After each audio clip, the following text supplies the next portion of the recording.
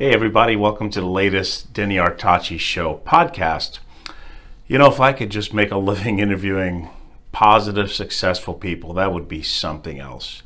So I wanted to share, I call him a friend, but he's also a very good, successful partner, Mr. Mike Lomas, part of the financial guys in Western New York and Buffalo. Mike has built quite I don't even know how to describe it, but he has a 30,000 square foot office. It's buzzing like crazy. He's had a radio show for 25 years, I believe. And he really started from humble beginnings with just about nothing. He's built this empire, and he's got a great following. We recently had a client appreciation party up in Buffalo, New York, and I wanted to pick Mike's brain a little bit on marketing because, sometimes it just takes some of the simplest creative things, thinking outside of the box to be successful, and it doesn't matter what business you're in. So here it is, unfiltered, Mr. Mike Lomas, ladies and gentlemen. Well, we save the best for last, the shyest person who never takes credit for the success of financial guys, Mr. Mike Lomas, ladies and gentlemen. So, Mike, first of all, what a great party. You know you're doing something good or right when you have so many clients show up for appreciation. Yeah, well, we had not only 1,300 or 400 people, but we had people trying to sneak in, and not sneak in like, hey, we didn't know the party was going on. They knew the party was going on. They're trying to get into it. So we've made that client appreciation event really a staple to people's summer here in Western New York. And so it's been a cool thing. And I'll tell you what, for other financial planners trying to do a client appreciation event, we do it very differently. We learned this a long time ago. We don't talk. Yeah. It doesn't mean we don't talk. I literally went to every single table and said, thank you for coming, thank you for coming, thank you for coming. But most people are waiting for this big sales pitch or, hey, this was brought to you by company. None of that. We have turned it into an absolute 100% party, and we have gone, in fact, everything we've done in marketing has been just the opposite of what you think, right? Let's talk about that because you and Glenn have motivated me to market, and I've had my best 2 years. It's all about marketing, isn't it? It's all about activity and getting in front of people, right? Yeah. And I'll tell you what, the world is getting easier to make money because people are getting lazier and lazier, right? On our retail side, we want to work with conservative people that think like us, right? Yeah. That's it. And I'll tell you what, there's been a bunch of liberal Democrat financial planners that say, I can't believe you do that. And I'll say, well, you could do that too. You can go out and market to the people that think like you, right? Well, you talked me into, hey, Denny, why don't you talk about your musical background? Why don't you, you're a speaker, put out videos. And Mike, since the pandemic of 2020, that's what I've done, and that's why I've had the best, 2 years.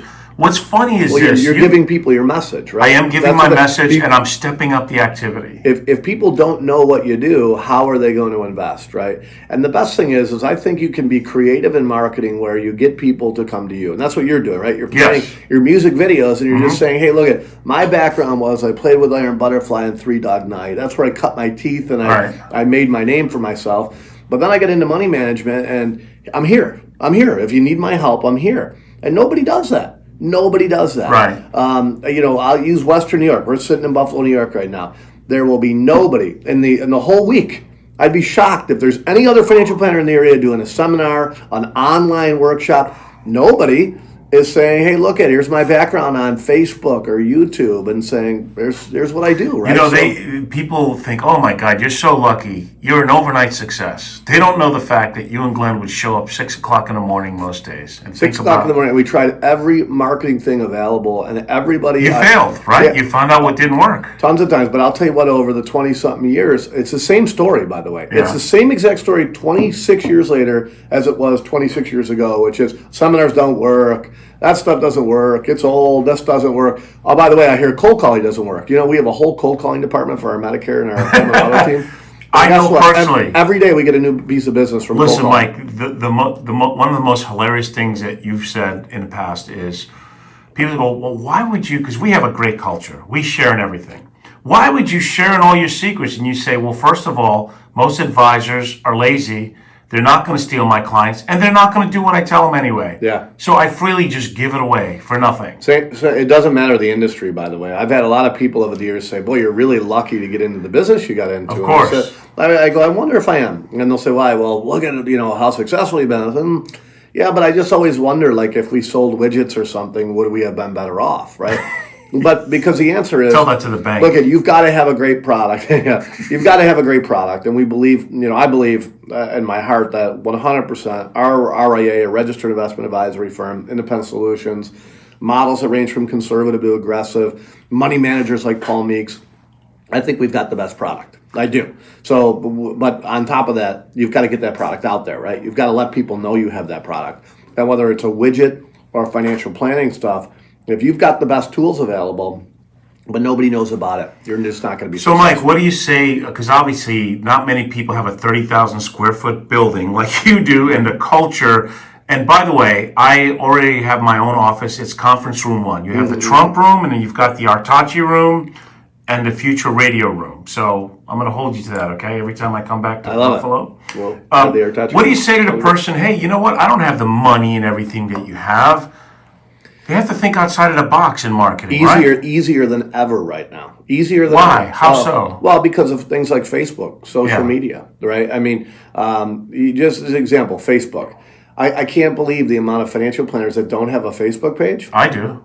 And then they don't tell people what they do on it, right? I mean, how hard is it to, if you're poor, you're absolutely poor, you have no money, set up a Facebook page, go out and get 3,000 friends, and let them know you do financial planning. You don't drive them nuts, but you say, hey, here's what I do. Hey, by the way, maybe as you're doing, a little market recap once in a while. You get one of our money managers on, Paul Meeks, to talk about where the market's going, right? But then they know what you do, and guess what? If out of those 3,000 friends on Facebook, there's not one other financial planner that says, hey, just so you know, here's what happened in the market this week, and I'm here.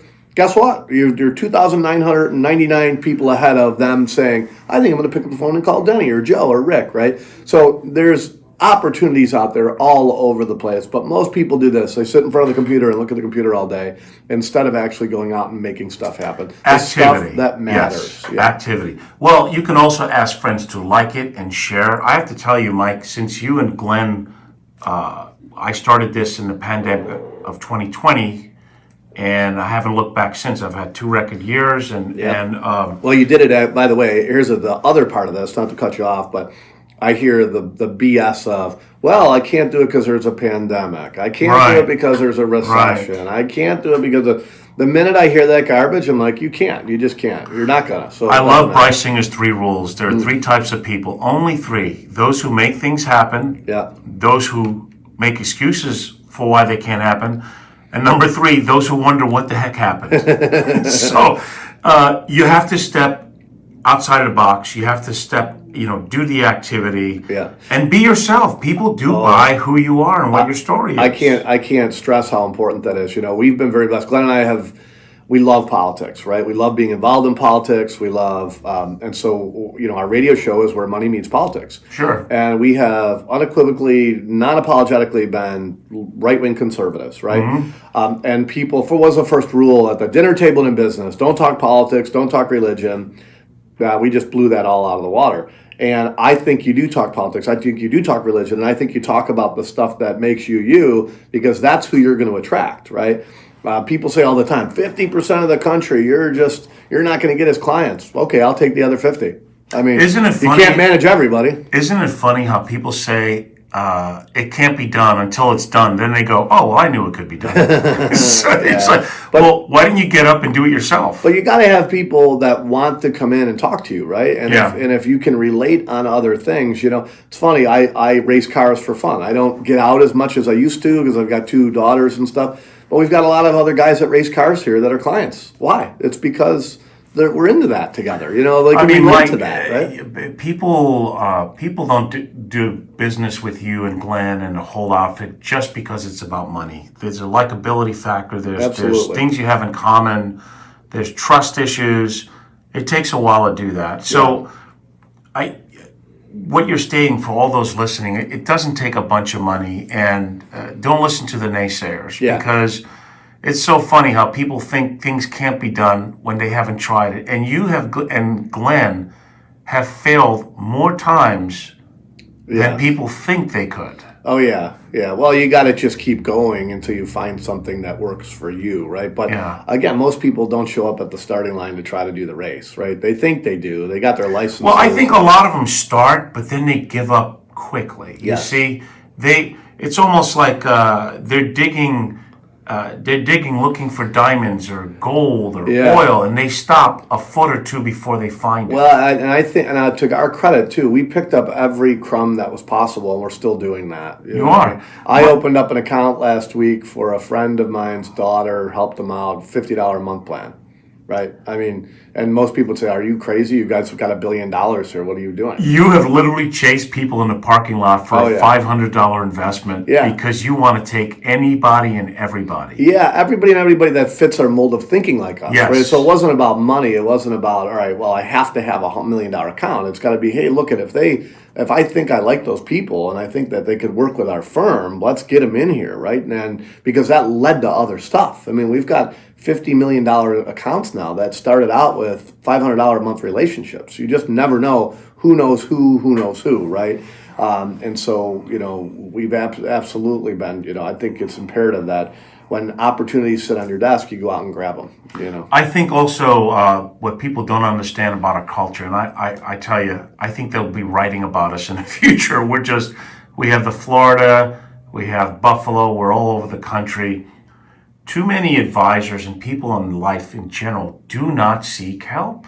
Why can't you go talk to someone who's already doing what you would like to do? Well, most of these firms are limiting that, and that's really what's a shame is that if you're a financial advisor at a firm that's not supporting your marketing efforts, I hear stories of, it takes 6 months to get a seminar back. Yeah. That's crazy. Well, they won't let me market on Facebook. Why not? I mean, the regulators say you can market on Facebook. You can't, there's certain things you can't say, right? And rightfully so. Yeah, we can trust you to manage money, but we can't trust you to speak openly on Facebook. Yeah, it's crazy. It's funny you said there's a firm that a buddy of mine that was at. He's now with us, and he said he was asked to do an interview on TV, and the firm said, "Oh, we can't do that, right?" So you don't trust your advisor to go on TV and not say the right things, because none of us would go on TV and say guaranteed this or guaranteed that, right? We don't do that with clients, right? So you're very generic about what's happening in the markets and economies, but man, if they don't trust you, why the heck are you there? So you got to be able to when those opportunities are there, you've got to be able to take advantage of it. If you're a hot dog stand and you're competing, there's 2 hot dog stands and one can market and one can't. Well, who do you think's going to do better? It's the one that can market, right? So yeah, marketing is about. Let's face it. Does McDonald's really need to advertise? But yet they do, don't yes, they? absolutely. They stop. They never stop. Yeah, they never, and you can't. By the way, can't. That's the other. If you want to grow, somebody told me a long time ago in business, grow or die. And I never forgot that. Because my wife will say all the time, how much is enough? How many, I'll say, well, you got to grow or die because you're always recreating and reinventing yourself. I'll give you some Ames. Did you guys have Ames down in South Florida? I don't think we do, no. All right. So up here in Buffalo, we had Ames, Hills, brand names. These are all department stores that all went out of business, right? Why? Because they didn't grow or die. They died, right? And so the Walmart is constantly trying to reinvent itself, right? And probably not even fast enough sometimes, some of these companies. But if you're not growing or dying, the Amazon CEO says it all the time. So at some point, my company will go bankrupt.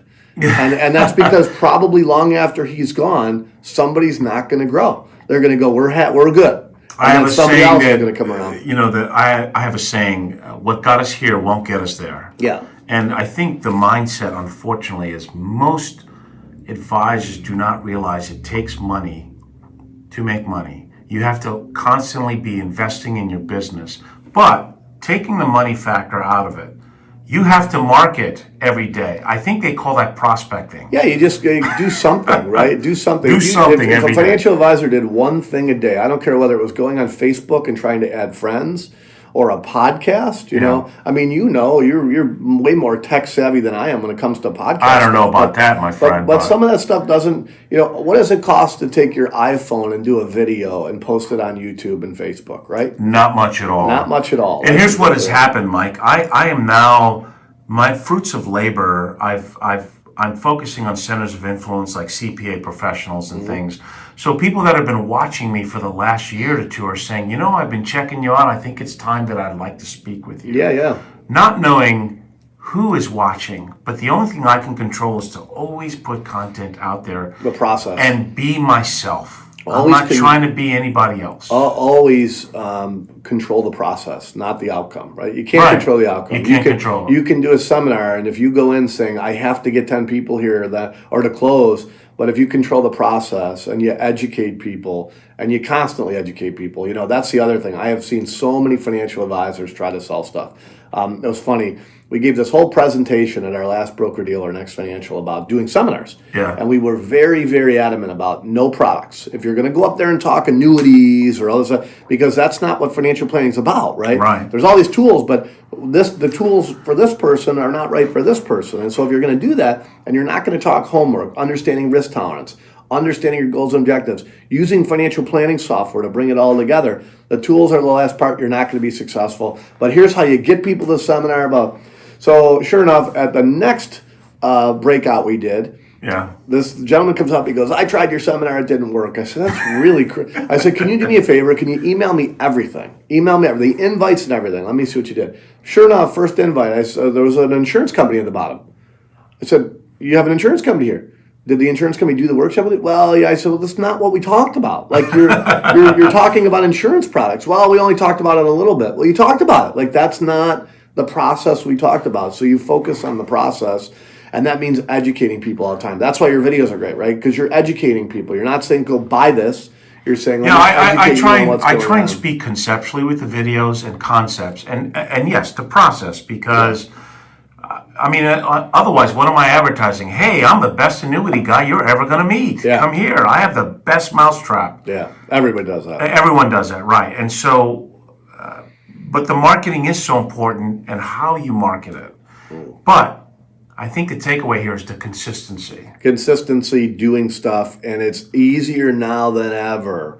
Country has 59 million people on welfare right now. 59 million. 19% of the country is sitting around doing absolutely nothing. The positive to that is there's a huge opportunity because the people that get up in the morning and actually do stuff have a much bigger pool to go grab stuff from. I tell my daughters that all the time. Like there's 59 million people right now sitting around doing nothing. That's your competition. That's who you're competing against, right? And the thing about it, our culture and independent solutions and everything, it is personal. You're not lost in some huge company that you don't even get an advisor unless you have a certain amount of money, first of all, a live advisor. And people want to know that you care, that they can trust you, that you explain things, that you're not talking about product, right? That's the whole purpose of marketing. Come see us because we're going to solve your issues, make you feel good about it, and you can trust us that we're here for you. We're looking for lifelong relationships. Absolutely. And easier now more than ever to break into things like the media. They're desperate for stories. Can you imagine if you had what happened now 20 years ago or 25 when you and Glenn were starting? How about this week, right? As we're doing this video, the country is absolutely 100% in a recession, right? 2 quarters in a row. Well, not technically according to the powers. Right? Yeah, according to the liberal media, they're still trying to figure out they're trying to change the definition of it right now. But that's a great opportunity to reach out to the local TV stations and say, hey, look, if you're somebody to talk about this, they're desperate for the content. It's too easy, actually. I was talking to Paul, and we had a great dinner last night, and I said, Paul, did you ever think you'd see that on one day, the Fed raises rates by 3/4, and the very next day we get a confirmation that we're in a recession, yet the stock market is up? That's pretty common, actually. Is it really? Absolutely, yeah, because the stock market's always a leading indicator. That's why people get so hurt by the market because they're always waiting. They're chasing their tail. Yeah, they're always. Think about COVID, right? The market now, and I don't care where you were in the country, people reacted really, really wrong in my mind to COVID. And I'm not saying that now looking backwards. I remember 2 Marches ago, and when we had in this state where we were led by communist leadership, they were talking about. How do you really feel, Mike? You 2 weeks to flatten the curve. 2 weeks to flatten the curve. I'm like, this is ridiculous. You never, ever, ever shut down your economic engine. I don't care what. Now, you might say, we suggest people go out with face diapers on, but you don't start shutting down stuff, right? It literally said restaurants are closed. The only thing you could do is walk single file 6 feet apart into Walmart, right? Talk about destroying economic activity. The GDP pulled back by 30%. I mean, this is crazy, right? Right. But you saw that as an opportunity. Well, everything's an opportunity. But here's the thing. The stock market bottomed and went way up before all that stuff opened. And you say, well, how the heck would it do that? Well, it was pre-anticipating the fact that the Fed was going to dump in all kinds of money and probably inflate their way out of this mess. And that's exactly what. So the market was smarter, and people are now waiting for, let's wait until the economic news gets better. Well, good luck with that. That's why I think in Independent Solutions, when you look at our models, very diversified, always making subtle adjustments, and really sort of taking your brain out of the equation. You know, if you've got a stock and bond portfolio and the bonds go up and the stocks go down, great opportunity to rebalance and take a little profits on the bonds and buy stocks cheaper. Guess what? If it happens again, the bond market goes up, stock market goes down, right, do it again, right? Because at some point the stock market is a leading indicator. And I think, by the way, the market is also, it will start to pre-anticipate the fact that the November elections are going to turn to the Republicans. We're hoping we get the non-spineless Republicans in office. And the stock market historically, by the way, does the best with a split Congress because nothing gets done. And you'd say, well, why would that be? Well, it's because when nothing gets done, everybody knows the rules. You know, nothing's going to get done. Tax rates probably aren't going to change. No massive regulations. You know, I'm in Buffalo, where you come out of the womb with the Bills, sweatshirt on. If they change the rules of the game every year, that would be difficult, right? And if they massively change the rules, like, hey, look, I put together this football team based on the rules today. If they change them all, you're like, wait a minute, man, I just put all these players together. But so when the rules are the same, yeah, maybe there's a minor change here or there. You know what you got, and so the market may pre-anticipate a split Congress and actually do pretty well. The other part of it is inflation will ultimately help stocks, but I'm calling it the money illusion. Well, there's speculation also that sometime next year that they may lower rates. Who knows? As we get inflation in check. Who knows? But here's the thing: if you and I own a company and we sell widgets, right, or we sell coffee, yes, and we can raise our price now. Because everybody's raising their prices because it's inflation and nobody's batting an eye. It's not the coffee shop's fault. It's the fact that the prices are higher. I use my pool guy as an example. He increased the price of me opening my pool this year. Very nice. His name's Jesse, so if Jesse watches it. So Jesse said, Mike, I got to charge you $150 extra to open up your pool. I said, all right, Jesse, we're friends now. He's been helping me for a long time in my pool. I said, I want to know what the costs are. And he's like, I'm not cheating. I said, Jesse, I get it. I said, I want to use this because this is a great example of what happens in life. And I want to learn from it. I'm going to pay you the extra $150, right? But so I broke down all his costs. I said, well, what's the first reason you're charging me $150? Well, I was paying people $15 an hour. Now I'm paying people $25 an hour. I said, okay, how many hours is it going to take to open my pool? He said, 4. 4. I said, all right, well, that's $40. Where's the other $150? He goes, well, the price of chemicals, blah, blah. So long story short, I figured out that the price, Jesse's costs were going to go up. And they were going to go up by about $90 to $100. But he's charging me $150. So where'd the other $50 go? Well, it's going to Jesse's pocket, right? And I'll tell you what, corporations are going to do that. They're not dumb. They're not going to say, oh, the Biden stupidity of rising fuel prices, we're just going to eat that because we're good. They're not only going to increase prices, they put a little cushion for themselves. So now when we're seeing things like Apple this morning report an earnings surprise, well, part of that is the money illusion and inflation. A Ford Motor Company is worth more today than it was 100 years ago. Part of that is because we sell more Fords, there's more people. Other part of it is simply Ford sells cars for $60,000, not $600, right? So how do we go from marketing into this? That's what I want to know, Mr. Lomas. So inflation can help stocks. You just got to be careful about it. That's my point. Anything though, that's all a marketing opportunity. Yeah. Everything I just said, if somebody repeated that and reached out to their local TV stations and said, hey, if you're looking for somebody that you want to come on and talk about what's going on. So now you're talking about which is yeah, you guys use the media. You offer yourselves to be available to comment on things that people are thinking about, like the economy, like inflation. We used to be on TV every week. I mean, now we're... How hard was it to do that? Easy. You've been on TV. Yeah, I've done it, right. Easy. You guys taught me. I would email them and say, hey, if these topics come up, I'm One of the available. things I think I saw a lot of people do, though, is they would try to replicate what we were doing here in Buffalo, but they would only do it once or twice. And quit. We did it every month. Every month when something major happened, we were sending out to the major TV stations, here's what's going on. And one of them would pick us up every month. So I constantly have people say, oh my gosh, I see you on TV all the time. Well, it's because I was on once a month. Don't do it as much anymore because our firm is so big now. Right. And now we're working on more national stuff. And so, Come on, Mike. Stepping up activity, be consistent. That stuff doesn't work, does it really? It works every time.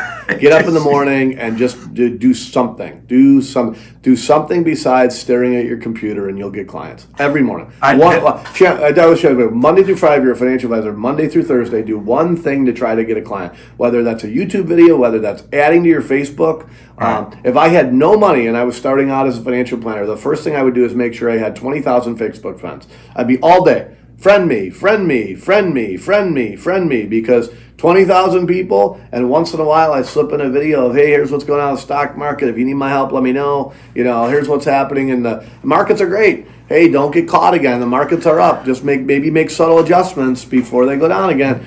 That brings me to another point, Mike. There is certainly not a shortage of clients out there. No. People need help. We're going to see the greatest transference of wealth in the next 10 to 15 years. Mm-hmm. And so these young kids now that we're poking fun of and say they don't understand, they're going to inherit all this money without a clue of how to really invest it wisely. And that's where it's funny, 10 years ago, a robo-advisor are going to take over the world. Robo, sure. Not going to work. Right. Because money is very emotional. People always make the wrong mistakes at the wrong time. They get out at the bottom. They get in at the top, right? They need guidance. I mean, it'd be like the older generation saying, I don't need doctors. I'm going to figure it out myself when I get sick. Vanguard, the largest money manager in the world for decades, said, you don't need a financial advisor. You don't need a financial advisor. Do it as cheap as possible. Yeah. And now Vanguard's number one push is bringing on financial advisors because a little bit late to the game, but they found out that the people that used Vanguard with financial advisors earned about 4% more per year than the people who used Vanguard without financial advisors. Right? And it's because we earned our keep by stopping them from doing stupid emotional decisions like timing the market. Yep. And more importantly, making the right decisions. Yes. Meaning that stock market's down. Okay, now's the time to buy. It's not the time to freak out. So if you're in a well-diversified portfolio, let's take some of those bonds, some of that conservative stuff. Let's move a little bit into the market. Not crazy changes, right? But just the opposite. During COVID, when the market took off, we were slowly but surely making our models a little more conservative, right? Waiting for a rainy day to be able to bring that back. And that, again, twofold. That's a marketing opportunity. Hey, what are we doing? We talk about that all the time. Sure. What are we doing right now? And then two, educating these people. I had a great, I can't say the last name, but her first name is Ann. Husband and wife, they retired 2 years ago. And they've been with me for 22 years. And when they started out, they had maybe $50,000 or $100,000 with us. They retired with millions of dollars. Now, I didn't turn $50,000 into millions. They were putting money in aggressively into their 401k plan throughout the whole time. But I can tell you that over the last 20-something years, every time the market went down, she freaked out, wanted to go to cash, but I wouldn't let them. You stopped them, right? In fact, not only did I stop them, almost every time I convinced them to put more into the 401k plan. And you don't get a lot of this, but she came in and she said, Mike, I never would have retired without you. And I said, I know that. and she said, I just wanted to thank you. Now the market was down, and of course she was worried again. And I'm like, they're not going anywhere. But the point is that, it's there. Mike, get people to those places. Yeah. And here's what the other mistake financial advisors make. They don't have any stones. And the market goes down, and they say, okay, Mrs. Smith, we'll move your money to... I don't do that. I'm like, you know what? We came up with a plan. We analyzed your tolerance for risk. We talked about this stuff. You are going to stick with this, and we are going to rebalance, and we are going to get through this, and you're going to be better off on the other side for it. Mike, in talking to you and many other people in our culture, I can't help but notice you like what you do. You have a passion for it. Yep. And, I always say that if you don't like what you do, you should really do something else. Yes. And the problem is that's part of the whole marketing thing. Give me an advisor who loves to prospect, and I will show you a winner. Mm-hmm. Give me someone who loves to market. Give me someone who, in spite of the hardships and the pain. It's the reasons why they do it that overcomes the pain. So that's what it is. You're enthusiastically going forward. You're not listening to the naysayers like, hey, you can't do this. You can't open up your own RIA and your own what's the matter with you, boy? Yeah. Well, that's great. I mean, that's your competition, right? That is our competition. Our competition thinks they can't do it. So thanks for the interview. I'm going to share this with our team. I'm going to even post this to our competitors because guess what? They're not going to do what we're telling them anyway. No, they won't. So some of them can't. Some of them can't. So thanks, and I'll see you back in Florida. Mm-hmm. And Mike Lomas, ladies and gentlemen, the humblest one of the firm here. Thanks, buddy. Cool. Well, I hope you enjoyed and got some tidbits out of this. You know, I failed to mention that Mike and his partners have literally built a great empire that they manage about $1 billion in assets. That's a lot of money, folks, for some partners. They've also branched out to the P&C division, life division, but it just goes to show not using excuses, working hard, and being creative can get you to some amazing places in life. So again, if you have, if you'd like to share a story as well as what has made you successful, please give me a call at the office, 561-537-5897. Love to have you on the show, and stay tuned for the next Denny Artachi Show podcast. Thanks again.